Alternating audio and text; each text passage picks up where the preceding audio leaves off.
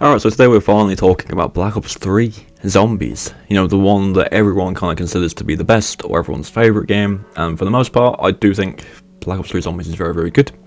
A couple of the maps I'm kind of not as into compared to other games maps, but most of them in this game are pretty damn good, especially Shadows of Evil. Now, Shadows of Evil was probably one of my favourite maps ever, like, in Zombies. I think it's really well done. I like the atmosphere, I like the story of it. The environment itself, I just really like the vibe of it. And there's a lot of cool stuff on this map, there's a lot you can do, there's a lot you don't have to do.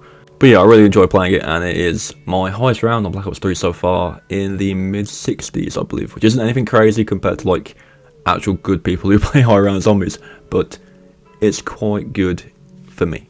So, we'll talk about Shadows of Evil, talk about what's on the map, what's new with the map, and then yeah, just give some overall thoughts on everything. So, with it being the first map for Black Ops 3, it did introduce some new things. So first of all, big thing is the new perk, Widow's Wine. Now, Widow's Wine is insanely good. There's a reason I think it hasn't come back yet in modern Zombies, because it was just so strong. And basically what it would do is if you got hit, it would consume a grenade, but it would kind of web up every zombie around you, and they would just stop. And it was very good at high rounds.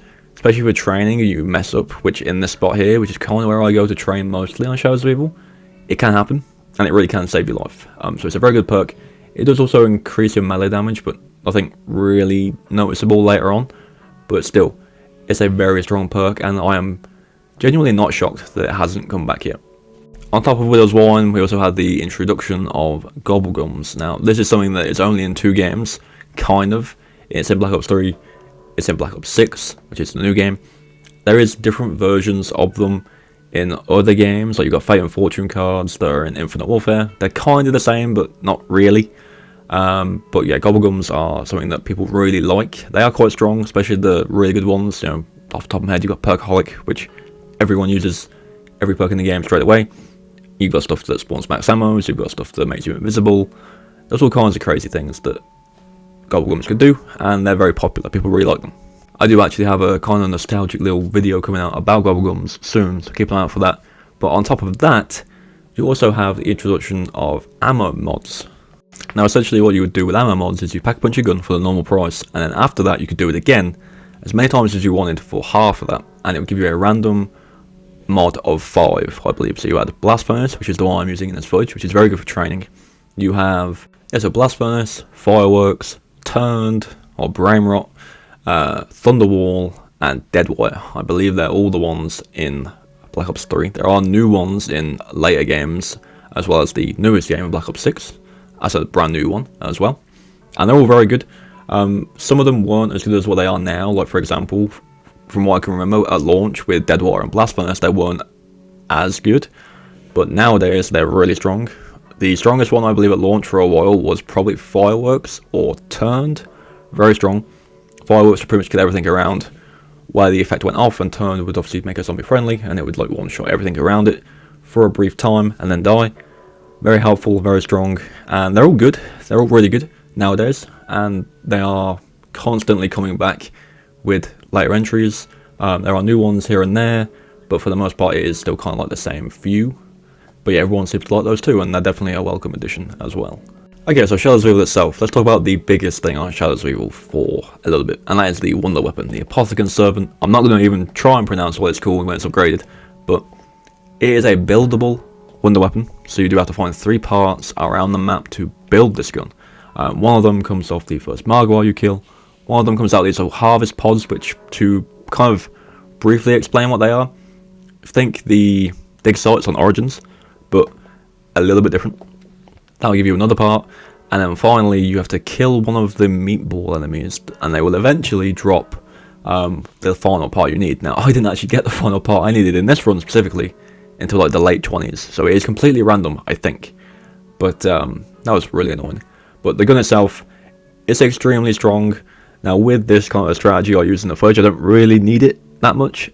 I mainly keep it for getting out of a pinch if I'm trapped in a corner, just because, you know, training with Blast Furnace in this area is so strong anyway.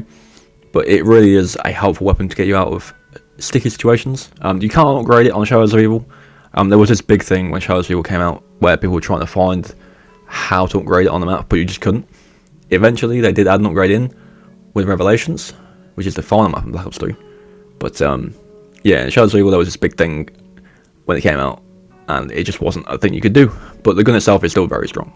Moving forward in this footage a little bit more, we have a new thing that was introduced on this map called the Civil Protected Areas in the footage. Now this guy, for a solo player, is very, very good to have. So how you get him is, in each of the 3 main districts on the map, there is a fuse somewhere, and then once you've got all the fuses, you go down to a pack of punches, and there's a little fuse box you put them in, and then you're good to go. Now he can revive you when you're playing a solo, and I believe it doesn't consume your quick revive if he does revive you. And he can pick up power-ups, and he's pretty effective at killing enemies. But specifically, that's why this spot I use is so good. There's a spawn just over the other side of the bridge, and what he does is he spawns him from the air. That's like this little ring on the floor where he's going to land. Every single time there is a Vanguard spawning, the big bosses summon him as it's getting close to the ring, and it'll land on him and one-shot him, and you won't have to deal with it at all. It's a very, very good way to get rid of them quickly, and they only spawn 1 at a time. So once it's dead, you're good. And the Silver Protector, again, it's really good. You can upgrade it, but I don't usually bother doing that. I don't usually use him unless it's a Margwa round coming up. Like when one spawns in, I'll just get him in. Mainly because he can kind of ruin the method here a little bit by killing things too quickly.